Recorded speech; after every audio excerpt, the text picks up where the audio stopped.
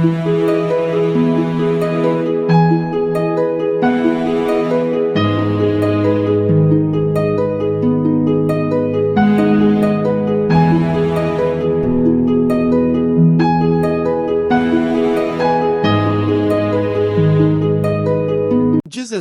É dado ao homem conhecer o princípio das coisas? Não.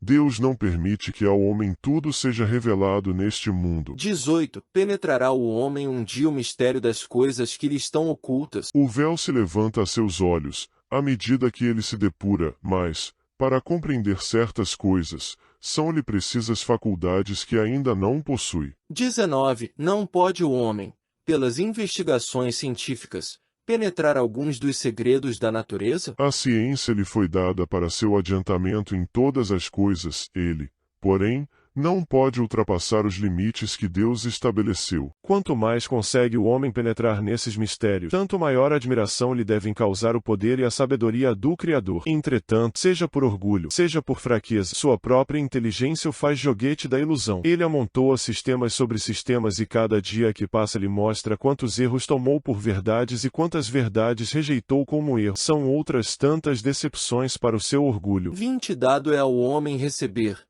sem ser por meio das investigações da ciência, comunicações de ordem mais elevada acerca do que lhe escapa ao testemunho dos sentidos. Sim, se o julgar conveniente, Deus pode revelar o que a ciência não é dado a aprender. Por essas comunicações é que o homem adquire, dentro de certos limites, o conhecimento do seu passado e do seu futuro. 21. A matéria existe desde toda a eternidade, como Deus, ou foi criada por ele em dado momento? Só Deus o sabe. Há uma coisa, todavia, que a razão vos deve indicar, é que Deus, modelo de amor e caridade, nunca esteve inativo.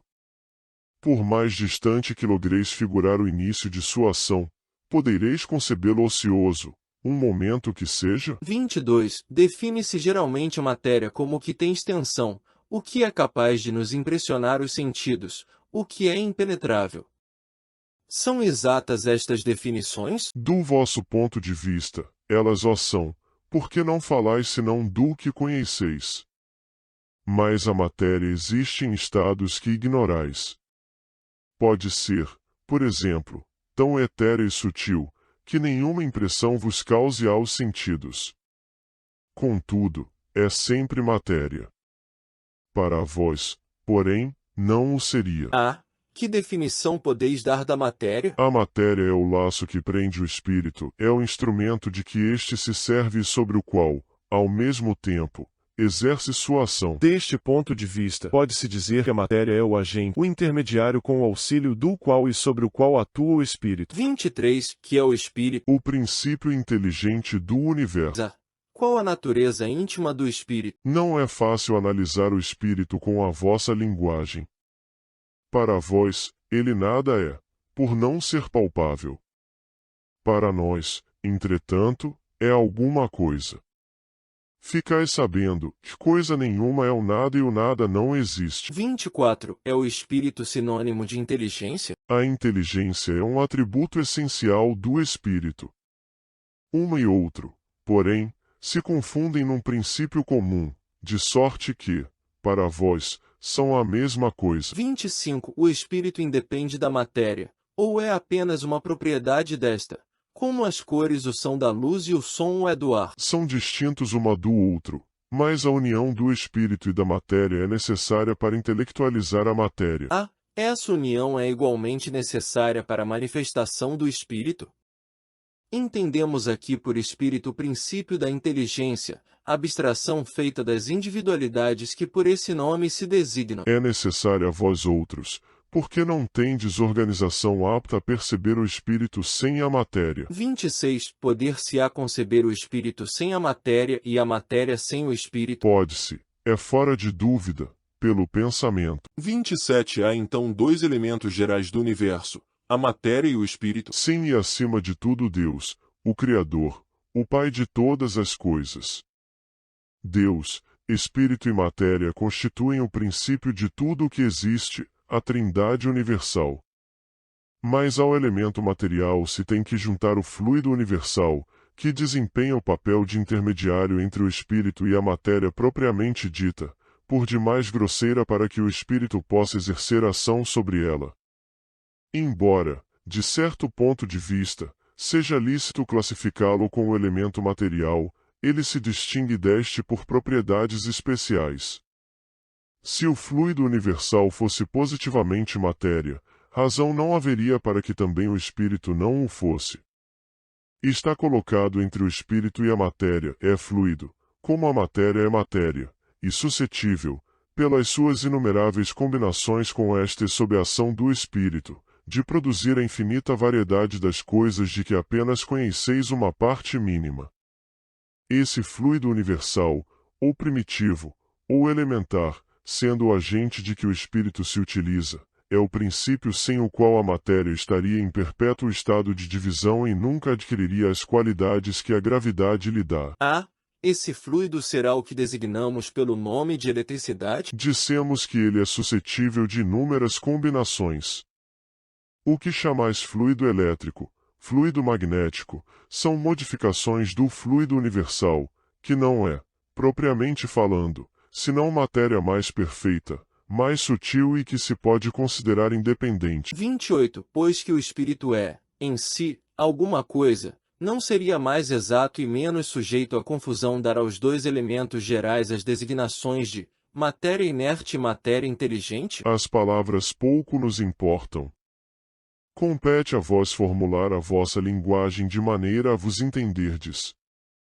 As vossas controvérsias provêm, quase sempre, de não vos entenderdes acerca dos termos que empregais, por ser incompleta a vossa linguagem para exprimir o que não vos fere os sentidos. Um fato patente domina todas as hipóteses, e vemos matéria destituída de inteligência e vemos um princípio inteligente que independe da matéria. A origem e a conexão destas duas coisas nos são desconhecidas. Se promanam ou não de uma só fonte, se há pontos de contato entre ambas, se a inteligência tem existência própria, ou se é uma propriedade, um efeito, se é mesmo, conforme a opinião de alguns, uma emanação da divindade, ignoramos. Elas se nos mostram distintas, daí o considerarmos-las formando os dois princípios constitutivos do universo. Vemos acima de tudo isso uma inteligência que domina todas as outras, que as governa, que se distingue delas por atributos essenciais. A essa inteligência suprema é que chamamos Deus. 29. A ponderabilidade é um atributo essencial da matéria? Da matéria como a entendeis, sim, não, porém, da matéria considerada fluido universal. A matéria etérea e sutil que constitui esse fluido vos é imponderável. Nem por isso, entretanto, deixa de ser o princípio da vossa matéria pesada. A gravidade é uma propriedade relativa, fora das esferas de atração dos mundos. Não há peso, do mesmo modo que não há alto nem baixo. 30. A matéria é formada de um só ou de muitos elementos? De um só elemento primitivo.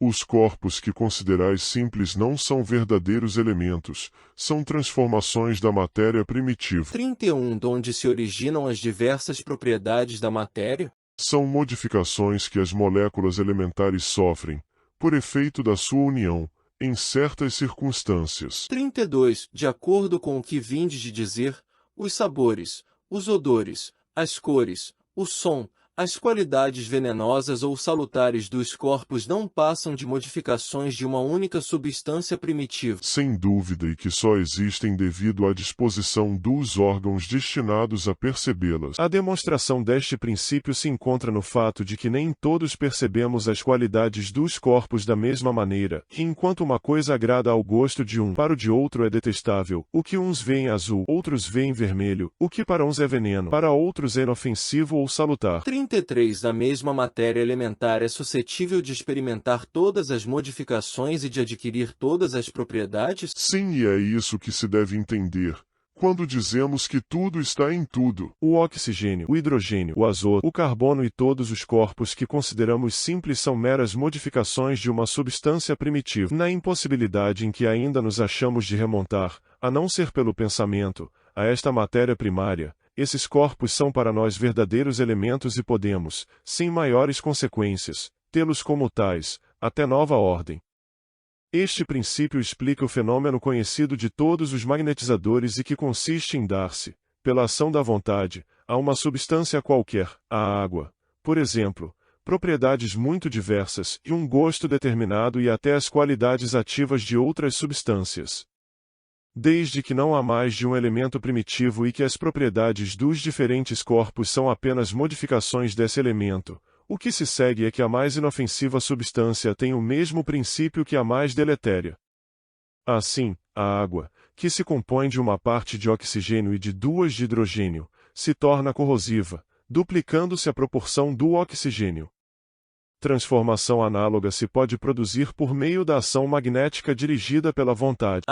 Não parece que esta teoria dá razão aos que não admitem na matéria senão duas propriedades essenciais, a força e o movimento, entendendo que todas as demais propriedades não passam de efeitos secundários, que variam conforme a intensidade da força e a direção do movimento. É acertada essa opinião.